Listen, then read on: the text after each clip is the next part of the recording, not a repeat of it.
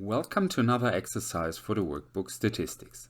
This time I'm going to talk about an exercise regarding building confidence intervals for means. As an exercise, here we have the size in A4 pages of 10 randomly selected final theses result in the following dataset, giving us these values here. And our task now, calculate a 95% confidence interval for the average size of a thesis. Well, let's start with this. Here we actually have to calculate 3 values, and one value we get indirectly as well. Well, the 3 values, first off, are the arithmetic mean, which is relatively straightforward. Simply adding up all values and dividing by the number of observations. So that's the values divided by the 10 observations, yields a result of 47.5 pages. Then we do not have any information regarding the variance or the standard deviation. So in the next step we have to calculate them on our own.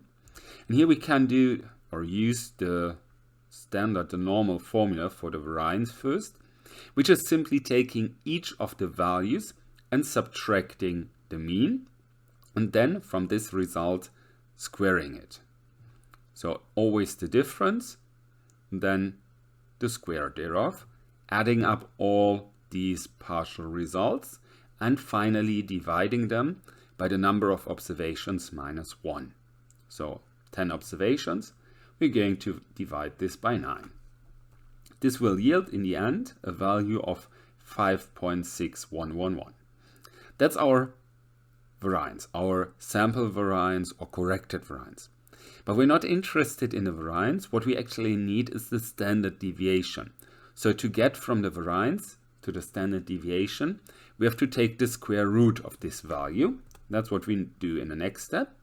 So our corrected standard deviation or our sample standard deviation is 2.3688. This leaves us with only one value we need to determine. Since we do not have any information on the variance or the standard deviation, what we have to use for the calculation of the interval is the t-distribution version. So in the final part, we need the respective quantile of the t-distribution. The respective quantile is actually the quantile with t n minus 1, 1 minus 1 half alpha. N, this is the number of observations. That's the 10 here. So what we're going to do here is n minus 1 gives us 9. Then we have 1 minus 1 half alpha. Alpha is the error we allow for. If we have a 95% confidence interval, we allow for a margin of error of 5%. So for the alpha, we're going to use 5% or 0.05. If I insert this here, I get as a value 0.975. So in the table on the t-distribution, I look up the value 0.975, and there I can find as a result 2.2622. So in total, we have 4 values which are of interest. Those values I have summarized on the next slide: the arithmetic mean, the corrected standard deviation, the quantile of the t-distribution, and obviously the number of observations.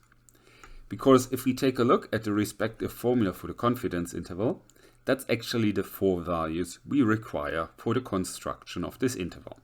So we can simply take these values, plug them into this formula, which will then look like this, and put all of this into the calculator, which yields us a result of 45.8054 and 49.1946. So on average, thesis will have something of these, or will have an average somewhere between these values, with a certainty of 95%. Well, that's basically it. So I hope you enjoyed this exercise. I say goodbye and see you next time.